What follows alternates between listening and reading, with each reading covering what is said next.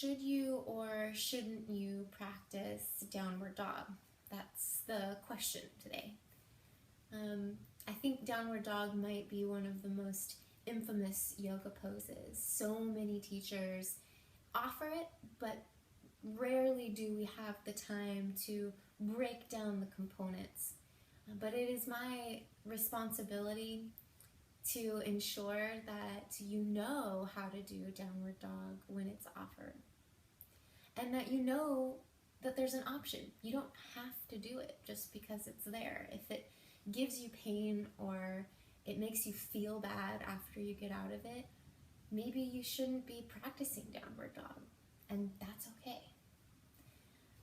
If you aren't for sure whether you should or shouldn't, this video is for you.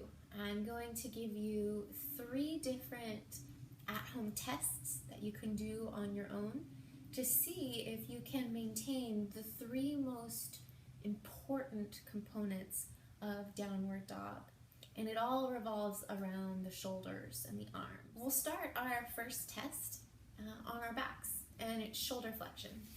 This is the first component to your downward dog. Lay on your back with your knees bent so that you can keep your back completely flat on the floor. No lifting, peeling away. Let your palms face up so that your arms are by your sides. This position is external rotation. You're turning the arm bones away from the body. We'll come back to external rotation, but for now, just focus on flexion. So when you're ready, start to bring your fingertips towards the ceilings. Your palm will be facing behind you. And then if you can, you'll continue bringing the arms overhead as close to the floor as you can without letting your back lift from the ground. This is your true end range in shoulder flexion. Some will be floating the arms, others might be able to touch the palms, but without letting your ribs lift or your back lift. So try this a few times, going really slow, seeing where your range is. If you can maintain that external rotation without popping the ribs to get the arms down. If you already start to experience pain in that flexion, that's a clue that you have to decide for yourself, is it worth doing that with weight on your hands in downward dog? The second test is, can you protract your shoulders? So head to your hands and knees and glue your palms to the floor, classic tabletop position, right? Squeeze just your shoulder blades towards the spine. So it's not cow pose, dumping the belly. You're literally just squeezing the shoulder blades into the spine. This is retraction. Push the floor away from you, not rounding into cat pose. Your back stays neutral. This is protraction. See if you can go back and forth.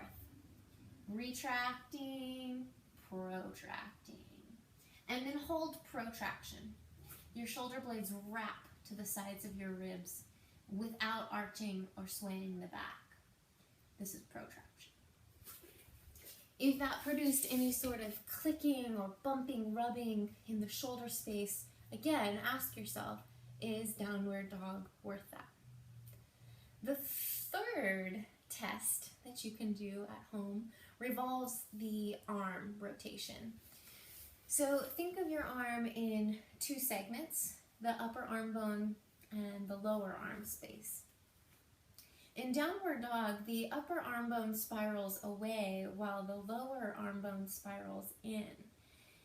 To test if you can do this, hold your arm out in front of you and grab your free hand just above the elbow. Turn the palm up so you're in external rotation all the way up into the upper arm. Hold the upper arm in external rotation. Don't let it move as you turn the palm to face down. If the palm can be flat, like it needs to be for downward dog, you have the ability to manipulate the arm into external and internal rotation. If you landed about here, it may be really, really challenging for you to keep your hands flat in downward dog as you spiral the arm bones out. So the fourth test is, can you put all three of these together and sustain them as you bear your weight onto the hands? So come into your downward dog. Plant the hands, curl the toes, keep your knees bent so that we can really highlight the shoulder ability. Start to find your end range of flexion. So you push the floor away from you. Your head will draw in between the arm bones. Again, without arching or rounding the back, keep it neutral as you try to protract your shoulder blades. So you slide the shoulder blade towards the side of your ribs. And then you'll externally rotate the arm bones. You spiral them away from your ears. There's a little bend in the elbows so that you can keep the difference of externally rotating up here, internally rotating down below. If you can hold all three of these without doing anything funny in the back, then and only then will you get to advance in your downward dog and include the legs and all the other fancy things that you can do from there. Be honest with your check-ins. These are simply baselines to see where you're beginning. After you've completed the check-ins and you've put them all three together, ask yourself again, should I or shouldn't I be practicing downward dog? And it's okay to say no. Happy downward dogging.